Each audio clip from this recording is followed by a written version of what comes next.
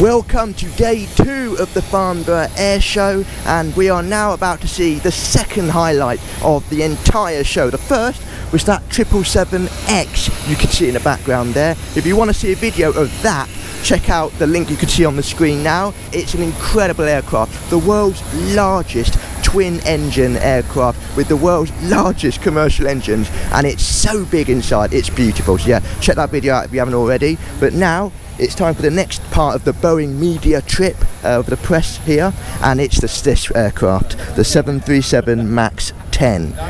Let's check it out.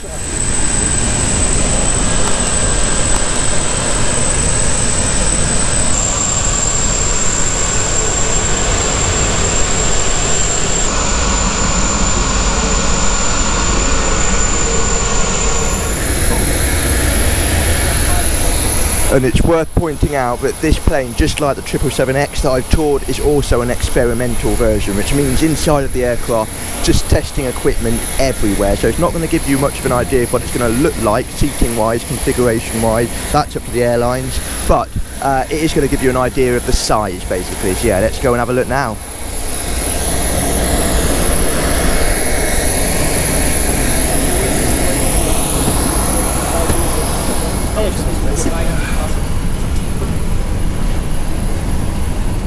So here we are. Welcome to the 737 MAX 10. This is the largest and latest member of the 737 MAX family, and Boeing claims that this plane will be the most profitable single-aisle aircraft in the world, thus offering the lowest seat costs ever. Now that's what Boeing claims, but it's up to the airlines, of course, to pass that lowest seat cost on to the passenger, but they claim this will be the cheapest plane to fly on, basically. So it'll be interesting to see if that is passed on. But first impressions of this aircraft are these luggage bins are massive. I can't believe how big they are. I think oh, here we go. This is a great example of just how big it is. 1, 2, 3, 4, probably 6, maybe 7 small cabin bags you can fit in there. Huge. But the thing is, it's so large and it's giving me the impression that you don't get the best headroom, because, you know what I mean? It's, imagine you've got seating here, and you've got this aisle. I mean, okay, it's not too bad, but if you're trying to squeeze past people, you're trying to get in, especially that actually, getting into your seat, I can imagine that being quite frustrating sometimes. Oh, look at this leg room. Now don't worry everybody, don't get excited, that's not going to happen for you guys when this plane eventually comes out, because yeah, it's up to the airline to make that decision, and they're not going to allow themselves to lose that many seats just for leg rooms. But yeah, so overhead luggage rack, you're trying to sit in your seat, imagine there's a row here. Already I'm at the first seat and I'm having to bend my neck to the, slant my neck to the side. So, you know, I mean, I'm 5'10". This gives you an idea. Oh my god, that is really low, the luggage bins. I don't know whether it's up to the airlines to have these stripped out and have different sizes put in. Excuse me, that's a quick question. These overhead luggage bins, is it up to the airlines to choose the sizing, or is this actually what will be put into the aircraft? So these are the space bins. They're 2 inches lower than the standard. But, okay, yeah, it does feel really low. I mean, when I'm trying to get into a seat, it does feel like I'm slanting my neck a lot more than usual. But that said, you're getting more room inside, are you? Exactly, yeah. You can provide, or you can fit 6 vertical luggage bags, as opposed to having to lay them down. You'd only get 4. Great. So. I thought that might be the case. Right, thank you very much for that. Yeah. Thank you. So yeah, as you heard there, it's 2 inches lower, these overhead luggage racks. I did notice that straight away. It's really low, the luggage bins. So I don't think that's great personally for passenger comfort. You know, obviously it's the seats that really matter, but the overhead luggage bins are really low. But other than that, thank you. Other than that, as you can see, everything else is just testing equipment here. There's 2 water barrels you can see at the front there. Now if you've watched my 777X tour video, you'll know that those water barrels are basically for weight distribution, just further testing of the aircraft basically, and then you've got loads of wires running along the side there. But yeah, so the feeling I'm getting here is that it is quite cramped for me personally, but this isn't really meant for long haul flying. It's short, mid haul flying. Let's check these windows out, shall we? Let's open this one. So as you can see out there, you've got your typical 737 MAX winglets,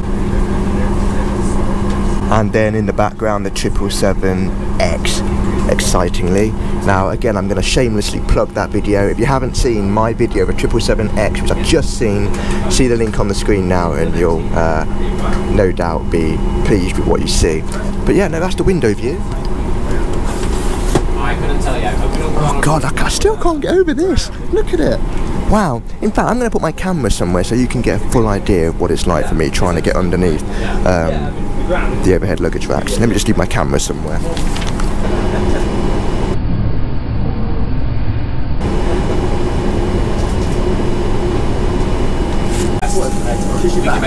Right, welcome to the first ever loo review on the 737 MAX 10. Let's have a look, shall we? First impressions are it's so small. Wow, one of the smallest I've seen. Yeah, really small lavatory here. Now obviously when it goes to the airlines, it's up to them to configure how they want the bathrooms to look, so it might look completely different to this, but it gives you an indication of the size anyway, because that's something the airlines can't change. Oh, nice little flush button there.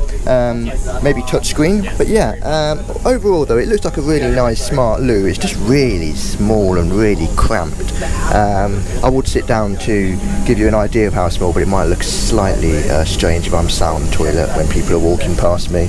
But yeah, so there, this is the toilet on the 737 MAX 10, the first ever loo review here, so that's quite nice, isn't it? So let's talk seating, shall we? So apparently this aircraft will carry a maximum of 230 passengers in a single class configuration, and it will be the rival to the Airbus A321neo aircraft, which I've flown with several times now, and I've really enjoyed my experience on those aircraft. I think that the overhead luggage bin experience is slightly better in regards to height, but that said, we've got to bear in mind, as a result of this, we're getting more space in the overhead luggage bin, so hopefully not many issues with passengers trying to squeeze in their bags. That could be a good thing, actually. Now, who has ordered this aircraft so far? Well, Delta Airlines have reportedly ordered 100 of this aircraft. Ryanair are currently in talks to purchase this aircraft, which doesn't surprise me. This is a great aircraft for short mid-haul flying, and it has really low operating costs, so of course airlines like Ryanair are going to love that. Another exciting aspect I've just noticed with this seat are this. Yes, individual air nozzles, love those. Hate it when aircraft have got them all automated by the cabin crew. This is what I like, manual, brilliant. Can I put the light on? Oh, there you go, lovely. Good to know that's working. But yeah, so that's how the seat looks basically, but I don't know if this is actually going to be the seat they install on the aircraft. I think that's again up to the airlines, they can install their own type of seating, but this looks like a good seat actually, quite a comfortable one. But yeah, no idea if it'll be this one. But yeah, should we go and check out the cockpit? And here is the cockpit at the 737 MAX 10. Quite a small space, but that said, it is a 737 MAX 10, so it's not exactly going to a wide body, of course, so it's going to be slightly small. Looks really nice. I can't really comment too much on this because this is where my knowledge really slims down. I have no idea what these buttons mean, but it certainly looks nice. I feel like I should add that this is obviously a 737 MAX aircraft. Now, when I say the word MAX, I'm going to whisper this very quietly because I don't want any Boeing techies looking at me with a strange face, but when I mention a 737 MAX, you will probably be thinking of the horrible crashes that took place several years ago. So there were 2 fatal crashes in which 346 people died. It was an absolute terrible terrible tragedy. It forced the entire fleet of 737 MAX aircraft to be grounded while they carried out extensive tests and eventually discovered that basically a single malfunctioning sensor are what were behind those crashes. So quite a serious issue there. They have since then completely modified the flight control software, put it through rigorous testing, and it's now been certified and it's been approved by authorities all over the world, and 737 MAX family aircraft are flying once again. And yeah, they're safer than ever. There's no reason to feel unsafe on them. They are so safe to fly now. But understandably, some passengers still feel unsafe when they see that name, MAX. They don't want to fly on them. They're nervous. They may or may not know that they've overhauled the cockpit and it's all safe now. Regardless of that, passengers feel unsafe. So that's what's going to be pulling this aircraft back ever so slightly. But the problems don't stop there. Oh no, unfortunately not. This aircraft needs to be ready to be delivered this year. It's currently in a massive race to be certified by the end of this year by the Federal Aviation Administration in the US, which it has to be in order to be certified elsewhere in the world. It's in a race to be certified. Now, if it's not certified before the end of this year, there are a new set of regulations that come in force next year. Those regulations will force Boeing to have to install a new alerting system in the cockpit. That then means they need to completely redesign the flight deck and train pilots to fly it, because it will be a new piece of software. That will then delay this, the first delivery of this aircraft massively. So they need this aircraft to be certified by the end of this year, or as the chief of Boeing I think recently said, they could axe this aircraft altogether. Maybe a thinly veiled threat to try and get this aircraft certified by the FAA, but nonetheless not good at all. They need this certified soon. Now if it does get certified, it should be delivered sometime this year, and it should be flying sometime in the very near future. So we'll wait and see.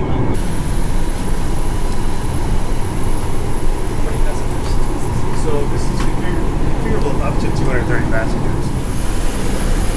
Thank you. And there we have it, everybody. The tour of the 737 MAX 10 here at Farnborough International Airshow, which should be coming out hopefully in the next year, but we will see. What did you think of that? Please comment your thoughts whilst my bag's slipping off. Please comment your thoughts on this aircraft in the comment section below. What do you think of it? Does it bother you that you're going to get bigger overhead luggage racks, but it's going to cause a tighter space above you when you try to sit down? And yeah, what do you think of it? Will you happily fly the MAX family, or are you still a bit nervous about flying them? And yeah, if you enjoyed this video, please do like it, and do subscribe if you haven't already. Click the little notification button that comes up next to the notification bell that comes up next to the subscribe button when you click on it, and you will be notified of all my future videos. I do flight reviews in all classes: business class, premium, economy, maybe first one day, and train trips, city breaks, day trips. I do them all. So if you like that sort of thing, please do like, comment and subscribe, and I'll see you in the next video. Thank you so much for watching on this scorching hot day. It's 40 degrees today, as it was yesterday. Not the best time to be at an airport, but yeah, so thank you so much for watching, and I'll see you in the next video. Bye bye.